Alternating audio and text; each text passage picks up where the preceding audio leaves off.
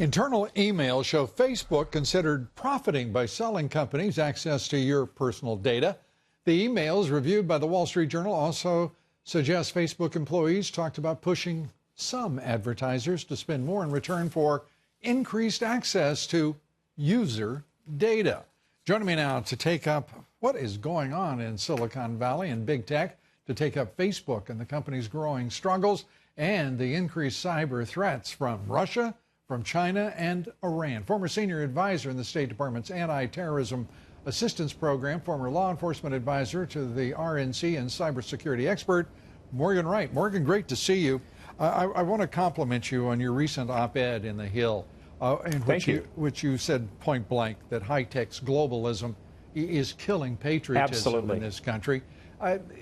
This is, right now, it seems to me the prospects for regulating out of control technology companies with huge economic concentration and power this time may be right. What are your thoughts? That's why Sarbanes-Oxley came about, Lou, and you know those things that led up to that. Adelphia, Tyco, Enron.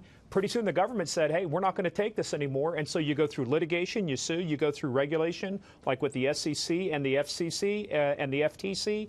And then pretty soon it's like, okay, Congress goes, we've had enough of this, we're going to pass the law. And now it's going to be, codified, and your guys are going to, and people went to jail, Lou. People went to jail with Sarbanes-Oxley. So, what we're going to find out is that I think this issue of privacy is the watershed moment where we start looking at what's happening in the EU with the 7 countries that have filed against Google for tracking them, the issue of privacy, Facebook, Cambridge Analytica. This all has to come to a head sometime, and I think 2019 is going to be the year for it. It's a hell of a note when the Europeans have more impressive laws protecting consumers, protecting our personal data than does the United States. It's incredible to me that we have lagged this far and given high tech such a pass. I want to just turn to a specific issue, and that is Google. Pinchai is going to be talking before the finally we'll be talking to Congress. Meanwhile, he's doing business with China. It's an extraordinary mess. There's just no constraint and apparently no effort to rein in Google and its absolutely pro-Chinese policies, which are effectively, the result is anti-American. Look, and that's why one of the reasons I wrote the op-ed.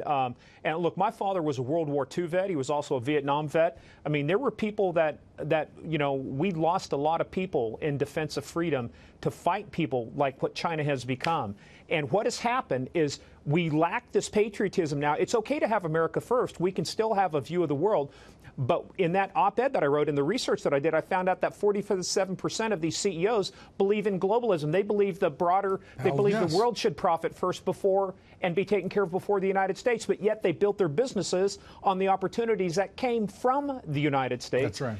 And I think Google's opening up the AI, the Artificial Intelligence Center in Shanghai, and they go, it's going to be a vibrant place. Well, guess what? In China, nothing gets built there that doesn't get shared with the military. Yet they turned our military down and threw them to the curb on Project Maven on using artificial intelligence so we could save soldiers' lives and save other civilians' lives so they don't become collateral damage.